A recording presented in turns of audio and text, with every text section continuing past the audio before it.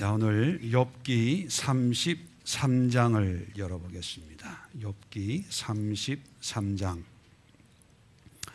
8절부터 18절까지 우리 한 절씩 교독하도록 합니다.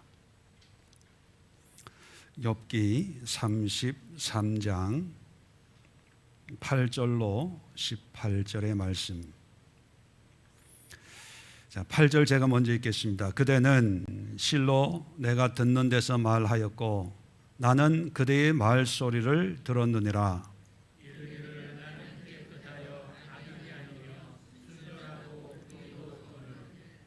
참으로 하나님이 나에게서 잘못을 찾으시며 나를 자기의 원수로 여기사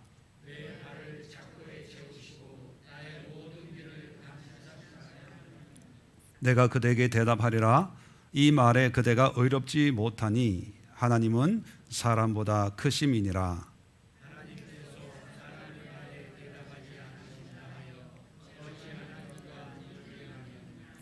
하나님은 한 번 말씀하시고 다시 말씀하시되 사람은 관심이 없도다.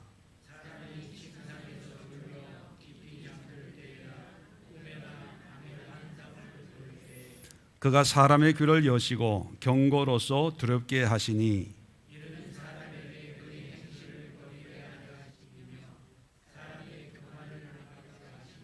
같이 읽습니다. 그는 사람의 혼을 구덩이에 빠지지 않게 하시며 그 생명을 칼에 맞아 멸망하지 않게 하시느니라. 아멘. 자, 오늘은 토요일이기 때문에 또 내일 또 주일을 또 준비해야 되니까 오늘 좀 짧게 말씀을 이제 전해야 하기 때문에 우리 찬양을 조금 줄였습니다. 자, 오늘 이 말씀을 통해서 이제 하나님은 어떤 분인가라고 하는 제목으로 살펴보려고 합니다. 자, 어제 이 그림을 이제 이해하실 것입니다. 동그라미 2개짜리. 자, 이게 행위적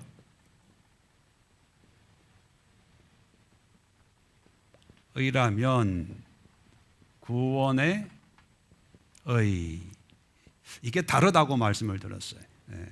자, 행위적 의라고 하는 것은 한마디로 나의 온전함, 다시 말하면 이게 윤리적이고 도덕적이고 성품적이고 기질적인 어떤 그런 좋은 일, 선한 일, 착한 일, 기타 등등 우리가 볼 때 멋있다, 괜찮다, 뭐 이런 여러 가지 것들, 타고날 때의 성품적인 어떤 행위도 있을 것이고 변화된 나름대로 개과천선했다고 생각하는 여러 가지 어떤 그런 내용들도 여기 다 포함이 됩니다. 그죠? 자, 그런데 욥의 문제가 뭐냐면 이렇게 산 것이 하나님의 의가 아니냐 이렇게 오해를 하고 있었다는 거예요. 그렇게 살았던 게 잘못된 건 절대로 아니다. 우리가 더 그렇게 열심히 살아야죠. 문제는 이러한 나의 온전함이 하나님의 구원의 의라고 그냥 여겨버리는 거죠. 자, 그런데 하나님이 말씀하시는 하나님의 의는 도덕 윤리적인 것이 아니라 하나님의 관점, 하나님이 우리에게 원하는 그런 구체적인 의에 부합이 되어야 된다는 거예요. 자, 그래서 오늘은 자, 여기에 이어서 요거 이제 지우겠습니다. 오늘은 이제 행위의 의를 이제 생각하지 말고 구원의 의를 의를 이제 뽑아서 이제 생각해 보는 거죠. 자, 구원에 의해서 주체는 누구라고요? 하나님. 자, 여기서 제일 구원에 의해 삶에서 제일 중요한 요소가 하나님의 이것을 아브라함도 그랬고 하박국도 그랬고 사도 바울도 믿음을 얘기하면서 의인은 믿음으로 말미암아 살리라. 또 아브라함에게 믿음이 의로 여겼다라고 할 때 그 믿음의 대상, 믿음의 방향, 믿음이 가르치는 것, 그 믿음의 어떤 실체가 누구였냐 하면 하나님이었어요. 하나님을 믿으니, 그죠? 하나님을 믿으니까 환경과 상황과 상관없이 기뻐하고 즐거워하리라. 이게 하박국의 고백 아닙니까? 그리고 이 말씀을 인용해서 바울도 율법의 의, 유대인들의 율법의 행위적인 의로 충만한 그 사람들에게 그게 아니고 의는 믿음으로 말미암아 살아야 돼. 그래서 하박국을 인용을 하고 있지 않습니까? 로마서에. 자, 그래서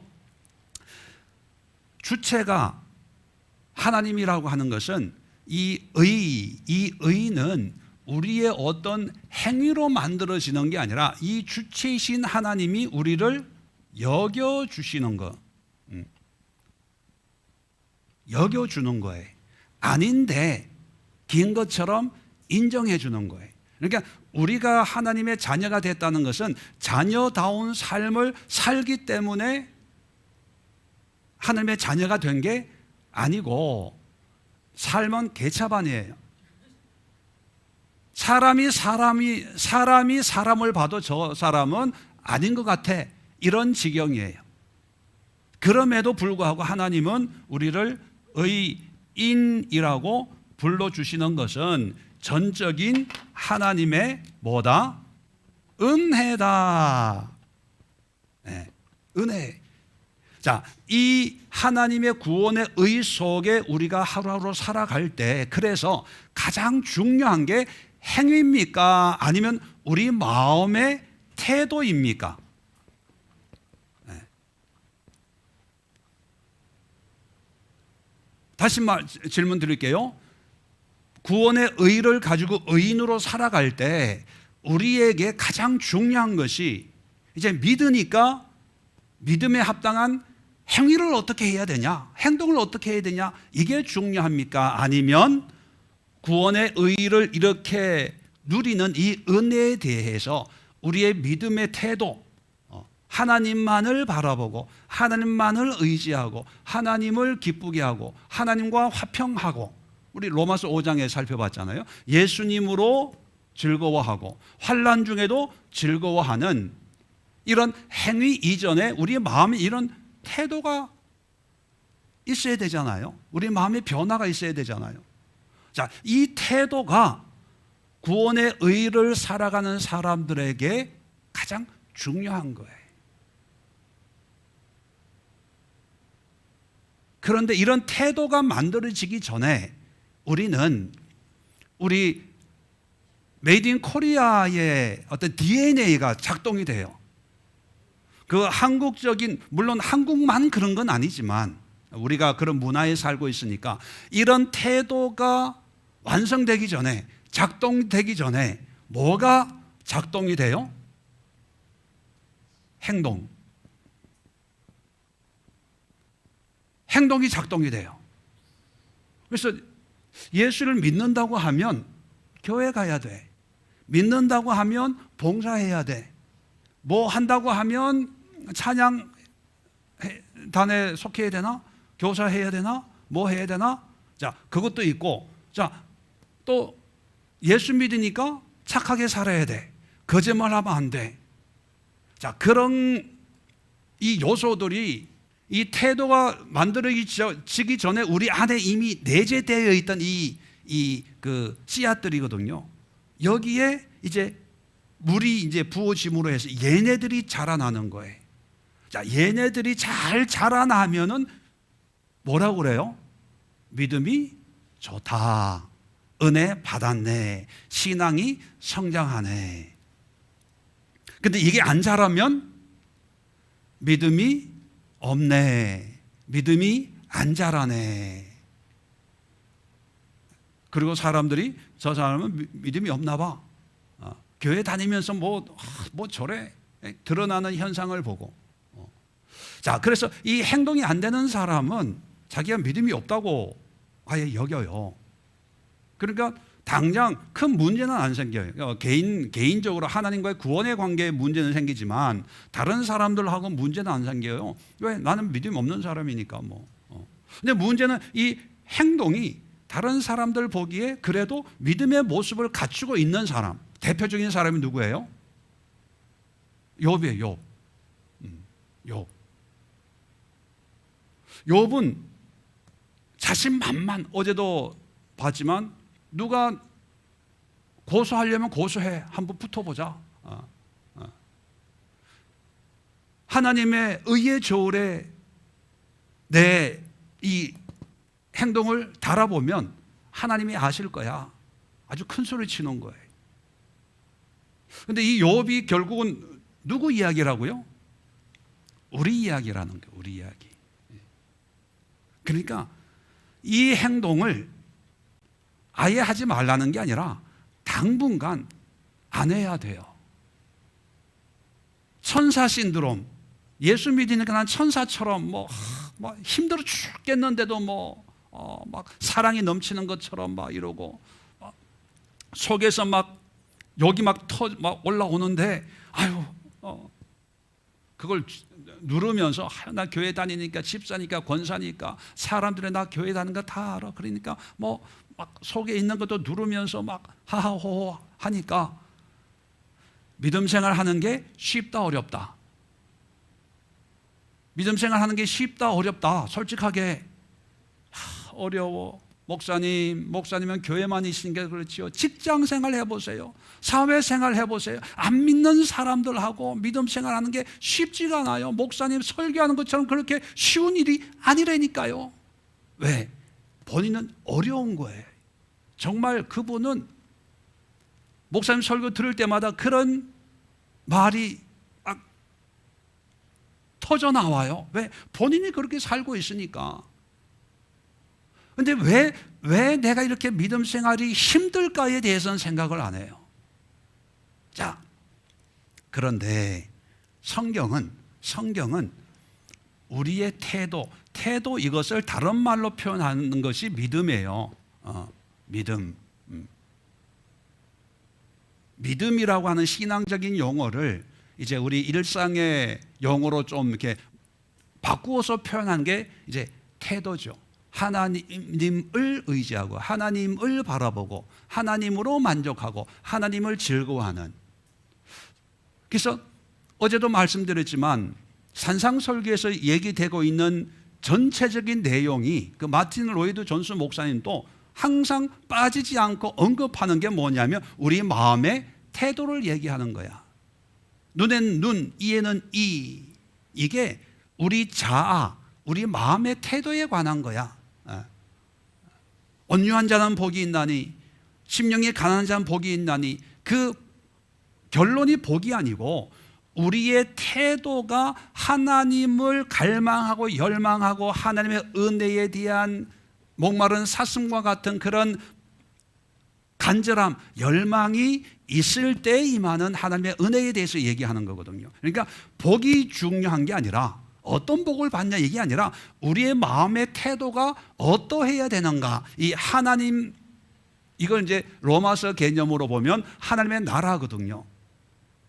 구원받은 의인의 삶을 사는 사람이 이제 하나님이 왕이신 것을 고백하고 그 하나님 나라의 백성으로 사는 이제 삶이거든요. 자, 그러면 여기서 중요한 것은 우리의 태도인데 이 태도는 어떻게 만들어지냐 하는 거예요. 그 태도는 우리가 행동을 어떤 신앙적인 행위를 함으로써 만들어지는 게 절대로 아니고요. 그렇게 만들어지는 우리의 태도는요, 가식적인 거예요. 위선적인 거예요. 내가 이러니까 사람들이 나를 이렇게 여겨주니까 점잖하고 인내 있고 믿음 좋은 것 같고 기도 많이 하는 것 같고 참 위험한 거예요.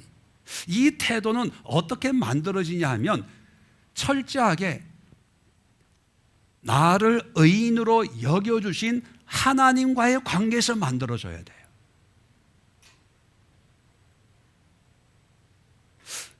행동으로 만들어지는 우리의 태도 중에 가장 큰 역할을 하는 존재들이 몇 개가 있어요. 이제 신앙생활 하면서 그 대표적인 게 뭐냐? 교회예요. 교회 안에서 신앙생활 하다 보니까 교회 안에서의 나의 모습을 보면서 열심히 봉사하면 믿음 좋고 봉사 안 하면 믿음 없다고 그렇게 보통 일반적으로 여기잖아요. 그러니까 교회 안에서 나의 모습이 내 믿음의 어떤 그런 성향이고 기질이라고 생각을 해요. 두 번째는 목회자의 사람. 목사님하고의 관계, 목사님하고의 거리가 마치 하나님하고의 거리라고 생각을 하는 거예요. 제자들처럼 오른편 왼편 목사님과 친밀해지기 위해서 뭐 선물도 하고 대접도 하고 뭐 이렇게 인간적으로 그게 하나님과 더 가까워진다고 생각을 하고 난 믿음 생활 열심히 하고 주의 종을 열심히 섬기는 게 곧 하나님을 섬기는 거. 세 번째가 뭐냐 하면 자기의 환경, 상황이에요. 상황. 이런 상황이 좋으면 마치 하나님이 축복해서 뭐 또 반대로 환경이 안 좋으면 욥처럼 왜 하나님이 나를 이 지경에 몰아넣습니까? 자, 그래서 이런 하나님과의 관계가 회복되지 않는 상태에서 어떤 믿음의 행위를 하는 사람이 있다면 이 사람을 다시 하나님과의 바른 태도로 돌아오게 하려면 어떤 방법이 좋을까요? 이놈을 깨뜨려 버려야 돼. 이걸 깨뜨려 버려야 돼요. 이걸 깨뜨려 버려야 돼요. 제가 설교할 때 종종 그런 표현을 합니다. 교회가 무너져야 돼. 한국 교회가 박살이 나야 돼. 그거는 교회가 없어져야 된다는 얘기가 아니라 하나님과의 관계를 교회가 가로막고 있는 거예요. 신앙생활 어떻게 합니까? 물어보면 나 어느 교회 다녀요? 저기 강남에 있는 교회, 목동에 있는 교회, 무슨 교회? 그리고 신앙생활 어떻게 합니까? 하면 장로교 뭐 몇 대 집안입니다. 그리고 무슨 직분이 뭡니다. 아니, 하나님 앞에서 나의 태도가 신앙의 믿음이거든요. 하나님과 나와의 거리라는 거예요. 쉽게 얘기하면. 그런데 사람들은 교회와의 거리를 얘기해요. 어떤 사람들은요, 한술 더 떠서 이사를 갔는데 교회랑 멀어지면 신앙생활 잘 못하니까 교회 가까운 데로 이사했어요. 여러분, 믿음 좋은 분이에요? 안 좋은 분이에요? 네? 좋은 분입니까? 안 좋은 분입니까? 몰라요. 그걸로 모르고 이 사람의 태도가 하나님을 예배하고 섬기기 위해서라면 좋지만 교회라면 아무 의미가 없는 거예요. 근데 사람들은 박수 쳐줘요. 목자, 오늘날의 목회자, 하나님이 아니라 목회자 앞에서의 나의 태도, 나의 모습. 제가 서울에 부목사로 있을 때에도요, 부목사인데도 신방하는데 얘기했잖아요. 도배까지 하더라고요. 아이들 키우는 집이니까 뭐 벽에 크레용 뭐 이렇게 했는데 부목사님 신방 온다고 도배까지 하더라고요. 물론 그것이 하나님과의 거리로 나타나는 거라면 괜찮지만 목회자와의 거리로 자기의 어떤 신앙의 의를 여기는 것이라면 그 목회자는 없어져야 돼요. 그래서 제가 사임하고 나왔어요. 그 다음에 환경적인 거. 여러분, 이 환경적인 것이 나의 어떤 행위의 의라면 이 환경을 하나님이 흔들어 봐요. 욥도 돈, 자녀, 건강, 우리가 가장 매기 쉬운 세 요소를 하나님이 흔들어 보니까 실체가 드러나잖아요. 실체가 나의 의, 투마 이렇게 사는 게 의 아니야? 이런 밑바닥이 드러나는 거예요. 밑바닥이 드러나야 이게 만들어지기 시작하는 거예요, 여러분. 자, 그래서 여기서 제일 중요한 게 뭐냐면 하나님이에요.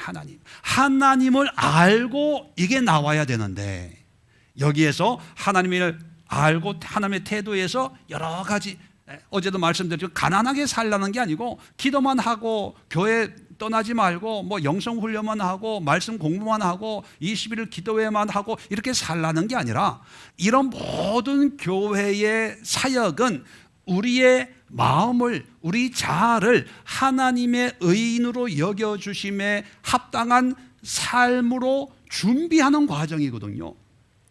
준비해서 결국은 우리가 세상 속으로 나와서 어떤 행위를 해야 돼요. 사업도 하고 교사도 하고 직장 생활도 하고. 그런데 그것이 나의 온전함으로 만들어지는 행위가 아니라 오직 하나님의 은혜로 만들어지는 나의 행위이기 때문에 이것은 나의 의의가 아니라 곧 누구의 의의가 되는 거예요? 하나님의 의의가 되는 거예요. 그런 삶을 살아난 거예요. 돈도 벌어야 돼요. 부자가 돼야 되고 명예도 하나님이 필요하면 가져야 됩니다. 그런데 그것이 나의 의의가 아니라 하나님의 의의가 되기 위해서는 우리 이 속에 있는 우리 자아가 원래부터 메이드 인 이스라엘이었으면 좀 쉽게 이게 만들어져요. 근데 메이드 인 코리아잖아요, 이거는. 그러니까 머릿속으로는 하나님의 의의가 들어와도 우리 마음속에는요, 오히려 하나님의 이 의의를 이용해 가지고 내가 뭔가 나의 원함을 추구하려고, 이용해 먹으려고 하나님을 속이는 경향이 있어요. 말씀을 속여요. 왜곡시켜요. 자기 뜻대로, 자기 생각대로. 우리는 내가 만든 신이라는 책도 읽고 했지만 성경 보면 우상숭배 계속 나오잖아요. 그런데 그게 특별한 게 아니고요, 특별한 종교로 내가 개종하는 게 아니고, 날마다 하나님의 의에서 벗어나서 나의 의를 만들려고 할 때 내가 우상이 되는 거예요. 그런 일이 비일비재하게 일어나거든요. 목사님들도 교회가 우상이고 자기 자신이 우상이고 자기의 이름이 우상이고 직분이 우상이고, 뭐 성도들도 말할 것도 없이요, 그런 일이 비일비재하게 일어나고 있거든요. 그런데 그 누구도 그것을 잘못됐다라고 얘기를 못 해줘요.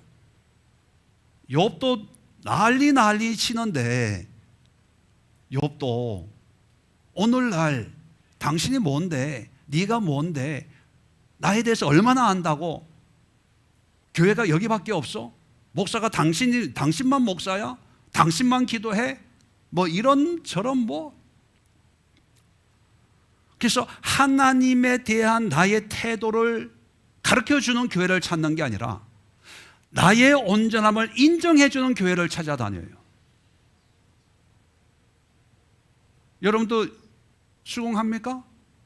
인정하는 교회, 칭찬하는 교회, 잘한다 해주는 교회. 그런 교회 찾다가 또 다니다가 예수의 교회에 오면 이게 혼란이 오는 거예요.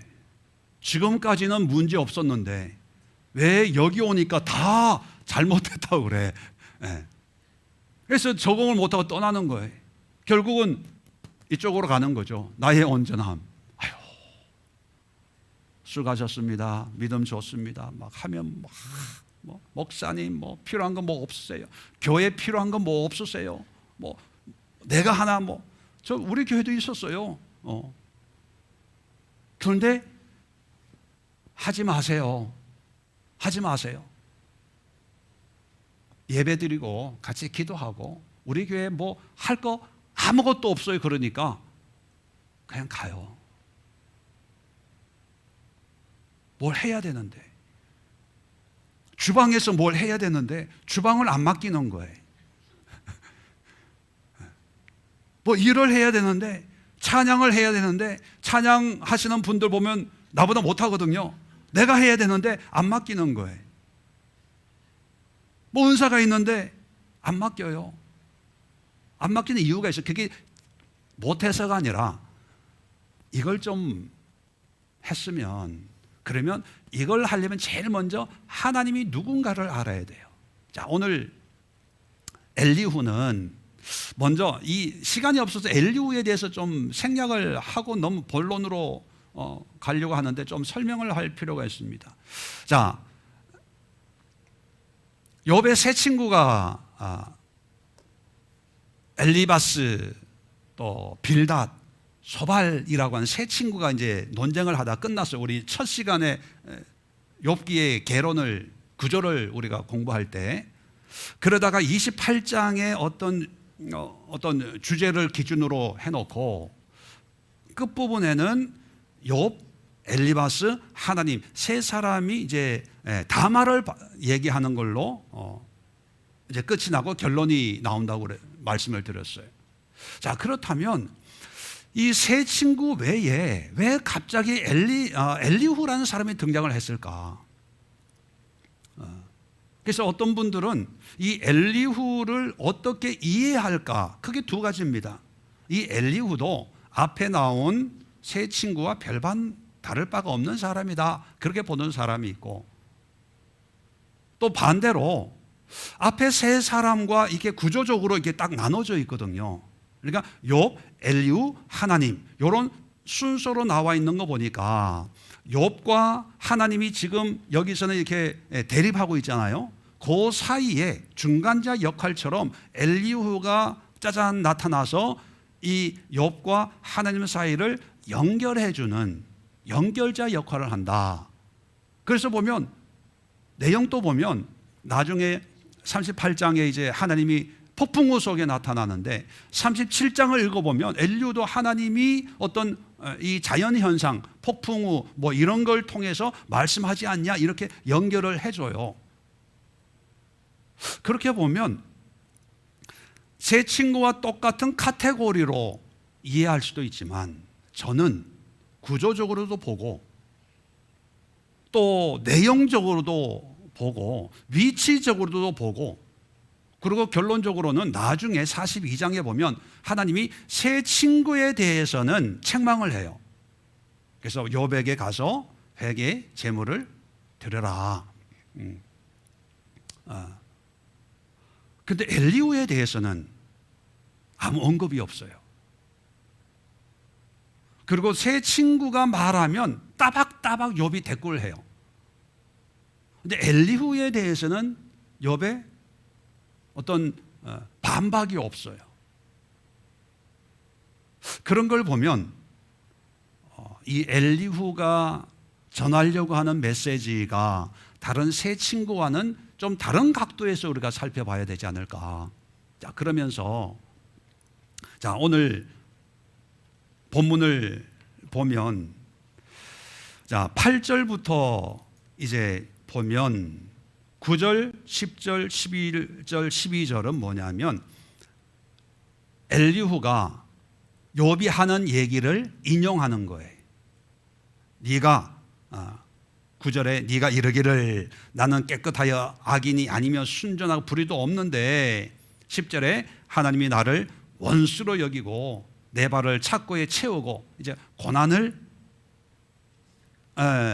준다, 억울하다 이런 얘기를 하는데, 이런 것을 책망하는 거예요. 12절에 그대가 의롭지 못하다. 그러면서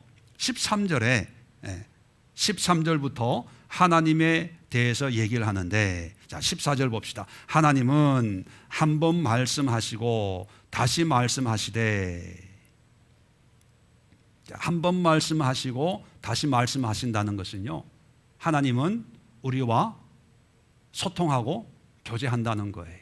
자, 지금 엘리후가 얘기하는 것은 이제 의인의 삶을, 이제 하나님을 알고 의인의 삶을 사는 요 상태를 얘기하는 거예요. 여기서 이제 우리가 의인이 됐어요. 욥도 처음에는 의인이 뭔가는 알았겠죠. 그러니까 내가 의인이다, 하나님의 의가 바로 나의 의가 똑같은 게 아니냐, 이렇게 얘기를 하고 있는 걸 보면, 처음에는 하나님을 알고 의인으로 여김을 받았겠죠. 그래서 의인으로 열심히 이제 살아오는 거예요. 그런데 이런 욥의 삶에서 이제 엘리후가 얘기하는 건 뭐냐면, 하나님은 이 우리를 의롭다고 여기시는 하나님은 의롭다고 여겨만 주는 분이 아니라 여기고 난 뒤에 계속해서 우리와 말씀하신다는 거예요. 소통한다는 거예요. 14절, 한 번 말씀하시고 다시 말씀하시되 계속해서 말씀한다는 겁니다. 33장 4절을 보면 33장 4절, 하나님의 영이 나를 지으셨고 전능자의 기운이 나를 살리시느니라. 이게 뭐냐면 하나님의 영, 푸뉴마, 루아흐예요. 히브리 말로. 헬라어는 푸뉴마고 히브리 말로는 루아흐라는 말이 영, 바람 이런 뜻이죠. 그리고 전능자의 기운, 네샤마라는 단어. 이런 말 알 필요 없는데 네샤마라고 하는 것은 뭐냐면 목숨, 기운, 숨 뭐 이런 뜻이에요. 자, 욥이 엘리후가 얘기하려고 하는 바는 뭐냐면, 하나님의 영이 나를 지어서 내 안에 뭐가 있어요? 내가 영성이 있는 사람이고, 또 하나님의 전능자가 하나님이니까 하나님의 기운, 하나님의 호흡, 하나님의 힘이 나를 살리느라 생활하게 한다는 거예요. 그 얘기는 뭐냐면 내 안에 있는 하나님의 루아흐와 하나님의 숨결이 서로 소통한다는 의미거든요. 다시 말하면 하나님과 우리는 따로 떨어져 있는 존재가 아니라 서로 소통할 수 있도록 채널을 열어 주셨다는 거예요. 하나님의 네샤마 기운과 우리의 루아흐 영이 서로 이게 텔레파시가 아니고 그 뭐죠? 이게 주파수가 이렇게 맞아서 하나님이 후 하면은 우리가 그걸 느낄 수 있고, 또 우리의 답답함을 또 하나님이 알고 이게 소통할 수 있는 그런 존재가 존재로 만들어서 하나님은 우리에게 말씀하시고 또 말씀하신다는 거예요. 자, 그러면 하나님이 말씀하신다는 얘기는 뭐예요? 우리가 그 말씀에 귀를 기울이는 게 우리의 태도, 이게 믿음이에요.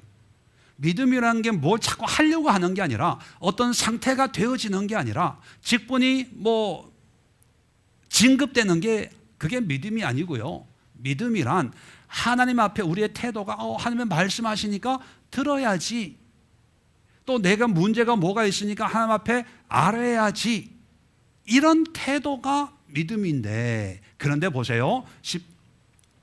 14절에 사람은 뭐하다? 관심이 없도다. 굳이 사람이라고 표현했지만 정작 하고 싶은 얘기는 뭘까요? 너는 관심이 없잖아. 뭐 때문에? 나의 온전함에 빠져서, 나의 투마에 빠져서, 나의 의에 빠져서 하나님이 뭐라고 말씀하시는지 관심이 없잖아. 관심이 없어요. 이건 욥의 문제만이 아니라 누구의 문제라고요? 우리의 문제. 모든 기독교의 문제예요. 하나님이 늘 말씀하세요. 그런데 우리는 하나님의 말씀에 들으려고 하는 태도가 아니라 어떤 태도가 더 많아요? 하나님께 떠드는, 구한다는 표현보다는 떠드는 게 더 많아요. 왜 떠든다는 표현을 하냐 하면, 하나님과의 관계, 하나님을 모르는 상태에서, 우리도 그렇잖아요. 누가 아는 상태면 누가 나한테 얘기를 하면 듣지만, 전혀 모르는 사람이 얘기를 하면 떠드는 줄 알잖아요. 지금 이게 욥에게 하나님에 대해서 얘기하는데, 우리를 의인으로 여겨주셨다면 그걸로 끝나는 게 아니라 우리에게 영을 주셔서 이 영과 소통할 수 있도록 하나님이 네샤마, 하나님의 기운을 계속 우리에게 불어넣어 주시는데, 우리는 거기에 대해서 관심이 없다는 거예요. 예.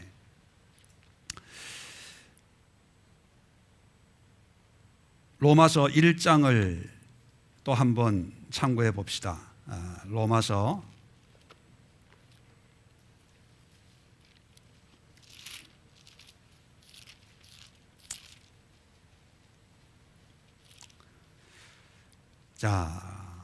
1장 18절입니다. 하나님의 진노가 불의로 진리를 막는 사람들의 모든 경건하지 않음과 불의에 대하여 하늘로부터 나타나나니. 자, 하나님의 심판이 있다는 거예요. 심판이. 자, 왜 하나님이 심판을 하시냐? 19절, 이는 하나님을 알 만한 것이 그들 속에 보임이라 하나님께서 이를 그들에게 보이셨느니라. 창세로부터 그의 보이지 아니하는 것들 곧 그의 영원하신 능력과 신성이 그가 만드신 만물에 분명히 보여 알려졌나니 그러므로 그들이 핑계하지 못할지니라. 우리는 관심이 없어요. 그래서 하나님의 말씀을 안 한다고 얘기를 해요. 모른다고 얘기를 해요. 그런데 하나님 입장에서는 하나님의 신성과 능력을 하나님이 만드신 모든 피조물에게 알려줘서 하나님의 뜻이 무엇인지 우리에게 계속 말씀하고 있는 거예요. 말씀하고 있어요. 우리가 학생 때 그런 얘기를 많이 하죠. 이거 시험 범위가 아닌데요. 이거 안 배운 내용인데요. 뭐 그런 얘기를 하잖아요.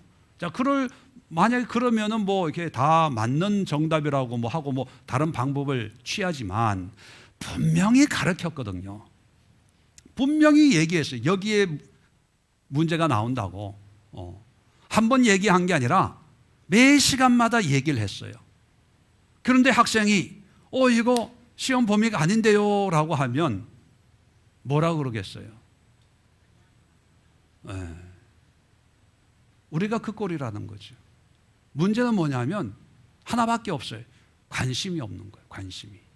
그래서 하나님이 심판하시는 거예요. 그래서 하나님의 심판에 정당성이 있는 거예요. 정당성이. 관심이 없어요.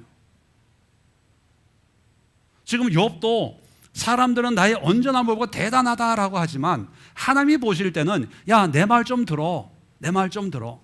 오늘 성경에 그런 얘기가 없지만 욥의 고난이 하루아침에 갑자기 왔을까요? 사인도 없이 예고도 없이 정말 갑자기 폭풍우처럼 태풍처럼 불어닥쳤을까요? 저는 그렇게 생각하지 않습니다. 하나님의 사인이 계속 있었을 거예요. 징조가 계속 있었어요. 뭐 잘은 모르지만 어떤 사건이 터지기 전에 그 징조가 뭐 몇 번이 일어난다, 이게 사회학자가 조사한 게 있더라고요. 갑자기 일어나는 징조는 사건은 없어요. 작은 게 계속 일어나는데 사람들이 그것을 큰 문제로 안 여긴 거죠. 차가 고장 날 때 갑자기 고장 납니까? 징조가 있어요. 예민한 사람은 엔진 소리가 좀 이상한 것 같아. 그래서 이제 금방 고치죠. 그러면 큰 문제가 안 생기는데 잘 모르는 사람은 엔진 오일이 기름이 다 탈아질 때까지 끌고 다니는 거예요. 그래서 나중에 엔진을 다 바꿔야 될 정도가 되는 거죠.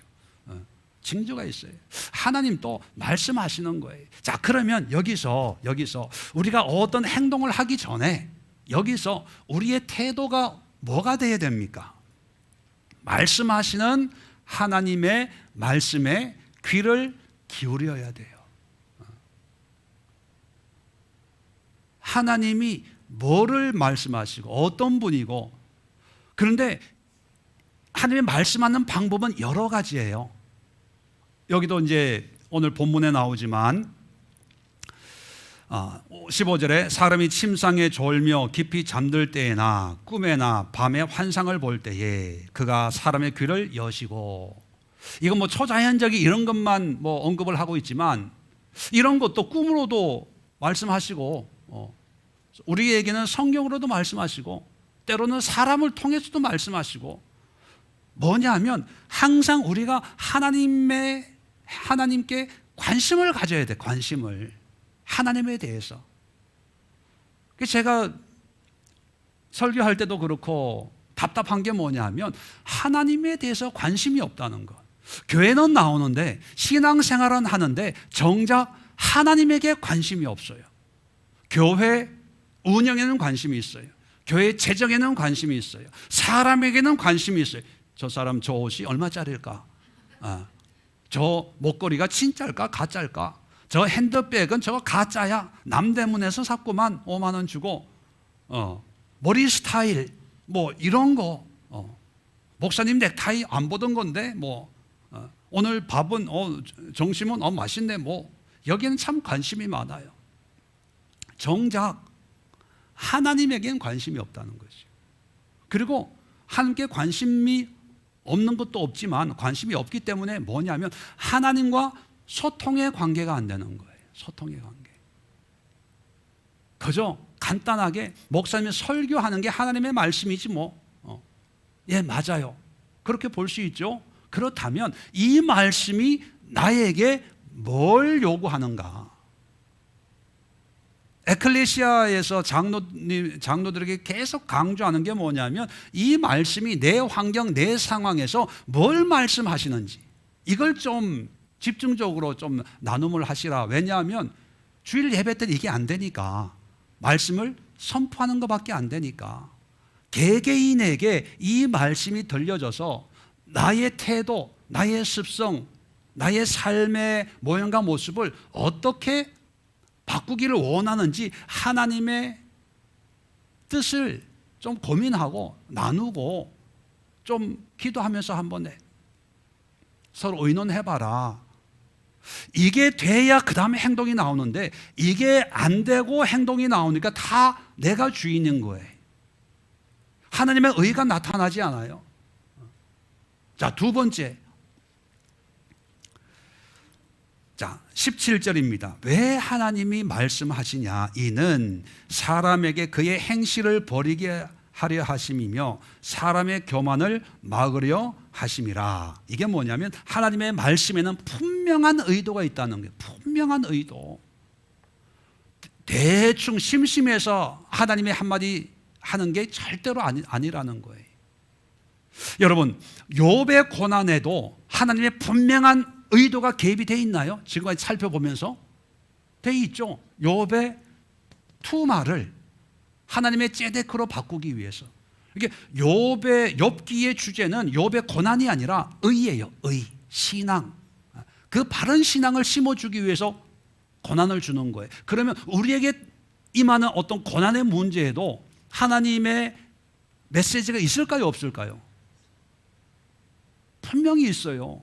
분명히. 그런데 우리는 하나님께 관심이 없기 때문에 어떤 일을 생기면 아유 재수 없어. 이거 누구 때문에? 당신 때문에. 누구 때문에? 뭐 운이 없어서. 또 어떤 경우에는 어려움 그 자체만 받아들여요. 야, 이제 고생이 시작됐구나.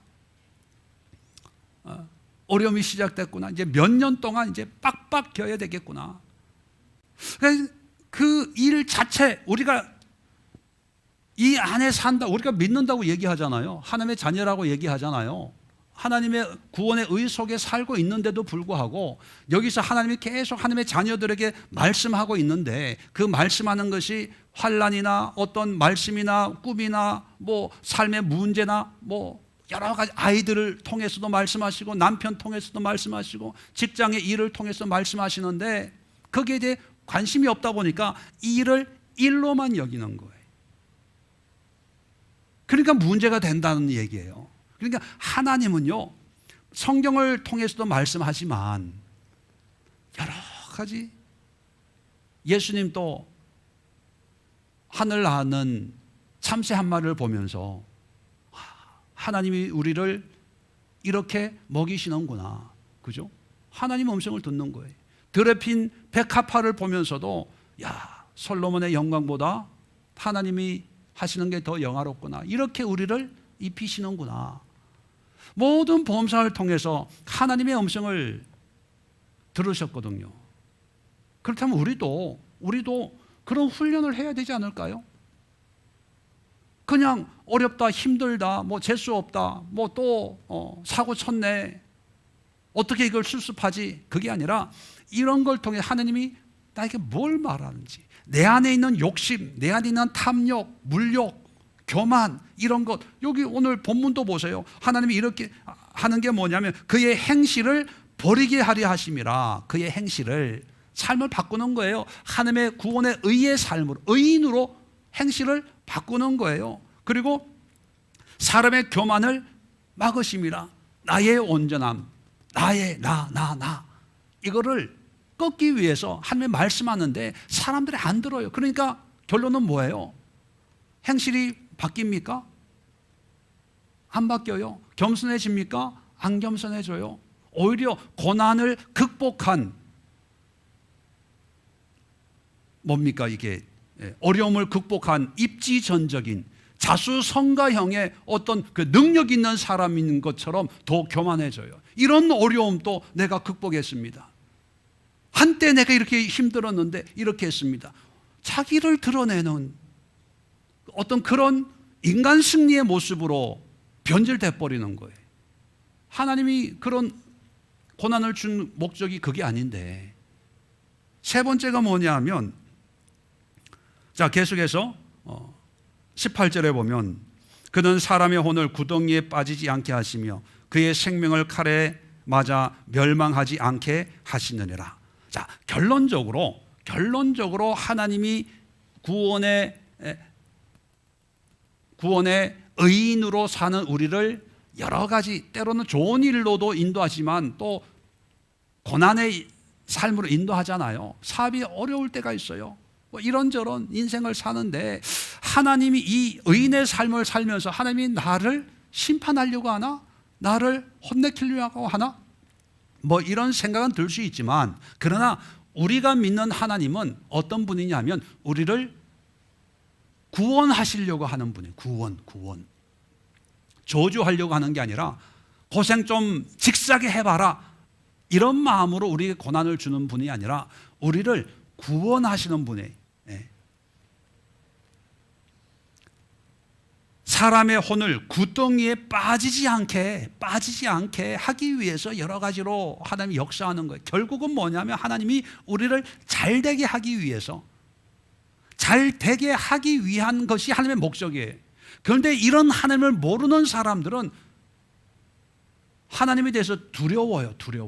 이 구원의 의의를 누리고 사는 삶을 두려움으로 살아요. 그 두려움이 어디서 오냐면 하나님을 경외하는 데서 오는 게 아니라 여기서 오는 거예요. 여기서 내가 이렇게 했는데 이게 잘한 걸까 못한 걸까, 인정받을 수 있을까 없을까, 뭐 인정받을 수 있을까 없을까라고 하면 그건 아주 열심히 산 사람이고, 거의 대부분 두려움은 뭐냐면 이걸 못했는데, 교회 예배도 많이 참석 못했는데, 목사님한테 뭐 잘 보이지도 않는데, 또 돈 문제가 생겼네, 자식 문제가 생겼네, 건강 문제가 생겼네, 이거 혹시 하나님이 치신 게 아닐까, 혼내키는 게 아닐까, 여기에서 두려움이 오는 거예요. 근데 여기에서는 두려움이 아니라 경외라는 표현을 쓰죠. 이런 막연한 일에 대한 두려움이 아니라 하나님에 대한 기대와 소망과 나를 의인으로 여겨주신 아주 존귀하신 분, 이런 마음으로 경외가 있어요. 그래서 여기에서는 내가 실수해도 넘어져도, 아브라함이 의인이라고 여김 받았어도 완벽했습니까? 아니에요. 하가를 통해서 이스마엘을 낳잖아요. 그렇게 허물이 있어도 야곱 같은 사람은 뭐 더 할 것도 없죠. 속이고 빼앗고. 그래도 하나님은 그의 태도를 조금씩 바꾸어서 결국은 뭐냐면 잘되게 하는 거예요. 잘되게. 그런 하나님의 은혜를 통해서 우리가 조금씩 변화되면서, 그래서 우리의 삶으로 그런 것이 조금씩 드러나는 거죠. 나타나는 거지요. 이게 우리의 삶이 되어야 돼요. 그런데 욥은 어느 교회를 다녔는지는 모르지만 욥이 다닌 교회는 무조건 충성, 의롭게 믿음이 있노라 하고 행하지 않으면 무슨 소용이 있습니까? 행해야 됩니다. 이 행함을 너무 강조했는지 아니면 욥의 성품 자체가 FM대로 사는 그런 윤리 도덕 선생님의 삶이었는지 모르지만 이게 안 된 거예요. 자, 1장에 보면 생일날 이제 생일 잔치 끝나고 헤어지기 전에 혹시 우리가 하나님 앞에 죄 지은 게 있으면 안 되니까 자, 명수대로 번제를 드렸다고 나와 있죠. 자, 이제 그 욥의 심리가 이해가 됩니까? 그게 온전한 하나님에 대한 믿음의 참된 모습일까요? 아니면 두려움일까요? 그게 두려움이에요. 자유가 없어요. 그러니까 욥은 신앙생활을 쉽게 했을까요? 어렵게 했을까요? 말은 자기는 이렇게 하고 이렇게 하고 이렇게 하고 쭉 30장, 31장 뭐 여기 29장, 31장 뭐 엄청난 어떤 그런 자기의 삶을 얘기하잖아요. 그런데 그걸 읽으면 저는 야, 참 욥 힘들게 살았겠구나. 힘들게. 사람 의식해야지. 사람들 반응 봐야지. 하고 싶은 말 못하지. 체면 처리해야지. 내 만족뿐만 아니라 사람들이 어떻게 평가할까도 생각해야지. 그리고 거절을 못해요. 그죠? 왜 거절하면 지금까지 평판이 다 무너지니까. 그러니까 바빴을까요? 안 바빴을까요? 바빴어요. 장례식은 다 가고 결혼식 다 가고 그렇게 힘들게 산 거예요. 근데 그 힘든 게 이제 살다 보니까 그냥 익숙해질 뿐이에요. 그게 내 삶이 된 거예요. 그러다 보니까 하나님이 말씀하시고 또 말씀하시는 것을 들을 여유가 없는 거죠. 그리고 나의 태도는 좋다고 생각할까요? 나쁘다고 생각할까요? 좋다고 생각해요. 왜? 하나님과의 태도가 아니라 여기서의 교회와의 태도, 사람들 간의 태도, 내 환경과의 어떤 태도를 보니까 다 괜찮거든요. 교회 가도 아무개 집사님 사람들 만나도 착하고 우리 유 집사는 너무 착해. 착해. 집에서도 착해. 순해. 최상호 집사 성실해. 일을 하나 맡기면 내 일처럼 열심히 해. 열심히 해. 또 환경적으로 큰 문제가 없고 그러면 난 다 됐다고 생각하는 거예요. 다 됐다고.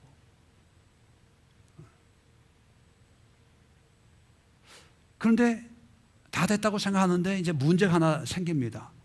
그럼 밤잠을 못 자요. 누가 사람 하나가 나한테 억울한 소리 한번 했어. 그러면 밤잠을 못 자요. 왜? 나는 그런 소리 들어서는 안 될 사람이거든요. 원래 착한 사람이 욕 먹으면 못 참아요. 이게 우등생, 이게 바른 생활 사나이들이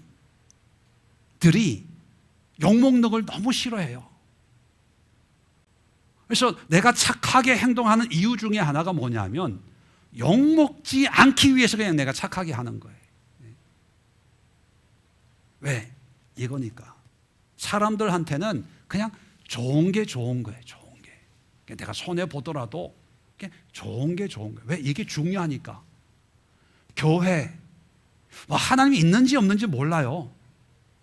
그런데 교회에서는 믿음의 생활을 어떤 그런 모습을 해야 되는 거예요.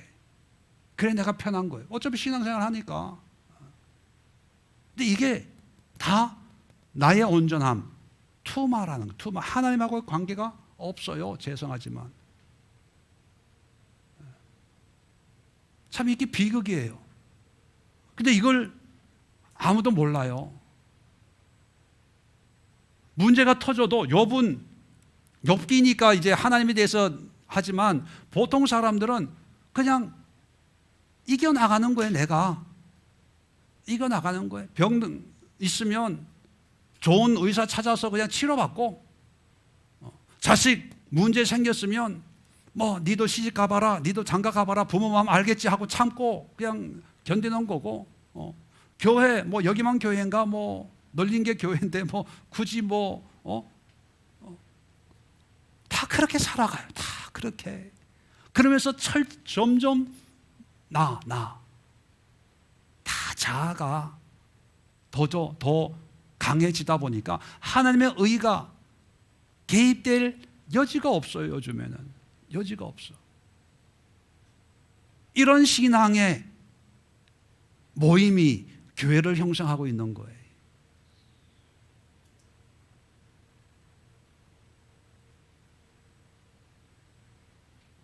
안타까워요. 그래서 제가 부흥도 안 되지만 부흥에 대한 어떤 규모적으로 열망이 없는 게 뭐냐면, 저는 한국 교회뿐만 아니라 이 땅의 교회, 미국 교회도 마찬가지예요. 교회라고 하는 거에 대한 어떤 형태적인 거, 교회, 믿음의 공동체라고 하는 어떤 에클레시아라고 하는, 거기에는 하나님의 생명이 있고 하나님의 뜻이 있고, 하지만 어떤 장로교 뭐 그런 교회 있잖아요. 그런 교회 희망이 없어요, 저는. 그래서 교단도 안 들어가는 거예요. 얼마 전에 교단 같이 저거 하고 노예 같이 하자고 해도 나는 안 하겠습니다. 아주 친한 목사님이에요. 노회장 하시는데 같이 좀 하자. 근데 안 하고 싶은 거예요. 왜 그러냐 하면 이 기존 어떤 형태적인 교회에 희망이 없는 거예요. 왜 그런 사람들이 모여서 그냥 자화자찬하고 서로 인정해주고, 권사님, 집사님, 목사님 이러고 밥 먹고 차 마시고 뭐 이제 행사를 하죠. 행동을 교회 이름으로 뭐 자선을 하고 구제를 뭐 뭘 하고 해도 이게 안 돼 있다고 생각을 하니까 이게 의미가 저는 없다고 생각하는 거예요. 이거 하지 말고, 교회가 이거 하지 말고 하나님 말씀 앞에 무릎을 꿇고 좀 듣고 회개하고 하나님의 뜻대로 하나님의 마음을 알고 하나님에 대해서, 성경에 대해서 우리가 바른 신앙생활을 가지면 그 사람이 나가서 뭘 하든 그게 그리스도의 삶 아닙니까? 그래서 우리 에클레시아를 통해서 하나님에 대한 말씀을 통해서 하나님의 태도를 가지고 일상으로 가는 거예요. 일상에. 일단 그게 교회라고 생각을 해요. 그래서 예수의 교회라고 하는 이게 중요한 게 아니라, 솔직히 얘기하면 에클레시아가 저에게 더 중요해요. 에클레시아. 왜? 그게 실질적인 교회의 역할을 이걸 통해서 할 거라는 그 소망이 저에게 있어요. 그래서 교회는 신경을 안 쓰는 거예요. 우리 8개의 청년 에클레시아 포함해서 이 8개의 에클레시아의 장로들과 이런 사람들이 모여가지고, 숫자가 적으니까 그게 되잖아요. 모여서 서로 친하니까 아니까, 서로의 형편을 아니까, 환경을 통해서 하나님이 말씀하시는 것을 무슨 뜻인지 서로 누가 다 압니까? 정답을 누가 알아요? 4사람, 5사람이 모여서 머리 맞대고 이게 무슨 의미일까요? 무슨 뜻일까요? 내가 이런 하나님의 뜻 가운데 내가 어떻게 행동을 하는 게 좋을까요? 서로 나누고 같이 손잡고 기도하고, 그래 집사님, 권사님 이 말씀 가지고, 이 말씀이 하나님이 주시는 음성이라 생각하고 1주일 동안 2주일 동안 이렇게 한번 살아내 봅시다. 내가 중보 기도할게. 저는 이게 진정한 교회의 모습이 아닐까. 기도합시다. 여러분, 우리가 가지고 있는 이 신앙의 지금까지의 모습도 다 나쁜 건 아니에요. 그게 다 필요 없는 게 아니고요. 욥처럼 하나님과의 관계, 이 채널만 바꾸면 내가 지금까지 나의 온전함이라고 여겼던 것이, 하나님의 온전함이구나, 하나님의 의구나, 요거 관점만, 그래서 이 태도만 좀 바뀌면 하나님이 기뻐하는 그런 삶의 모습이거든요. 그 태도를 바꾸는데 너무 고집스러워요. 너무 질겨요. 고래 힘줄처럼. 그 생각만 좀, 관점만 바꾸면 되는데, 좀 내 의를 내려놓으면 되는데, 그러면 하나님의 말씀이 들리는데, 내 생각, 내 틀, 내 상처, 내 아픔, 뭐 이런 것들이 꽉 차 있어서 그게 안 되는데, 이 시간 우리 토요일 밤에 한 가지 기도 제목 가지고 기도하고 마치도록 하겠습니다. 그 기도 제목 뭐냐면, 하나님 말씀하시고 또 말씀하시는 그 하나님의 음성을 듣는 귀를 주옵소서. 성경을 통해서도 물론 들어야 되지만, 내 환경에 있는 모든 일들을 통해서도 말씀하시는, 거듭거듭 말씀하시는 하나님의 음성을 듣게 하여 주옵소서. 그리고 나를 변화시켜 주옵소서. 내 행동을 바꾸기 전에 내 마음의 태도를 바꿔 주옵소서. 요 한 기도 제목만 가지고 우리 간절한 마음으로, 뜨겁게 애통하는 마음으로, 답답한 마음으로, 갈급한 심령으로 주님 앞에 한번 주님 힘차게 외치고 주님 앞에 기도하도록 하겠습니다. 이렇게 자유롭게 돌아가시면 되겠습니다. 우리 주여 한번 외치고 기도합니다. 주여.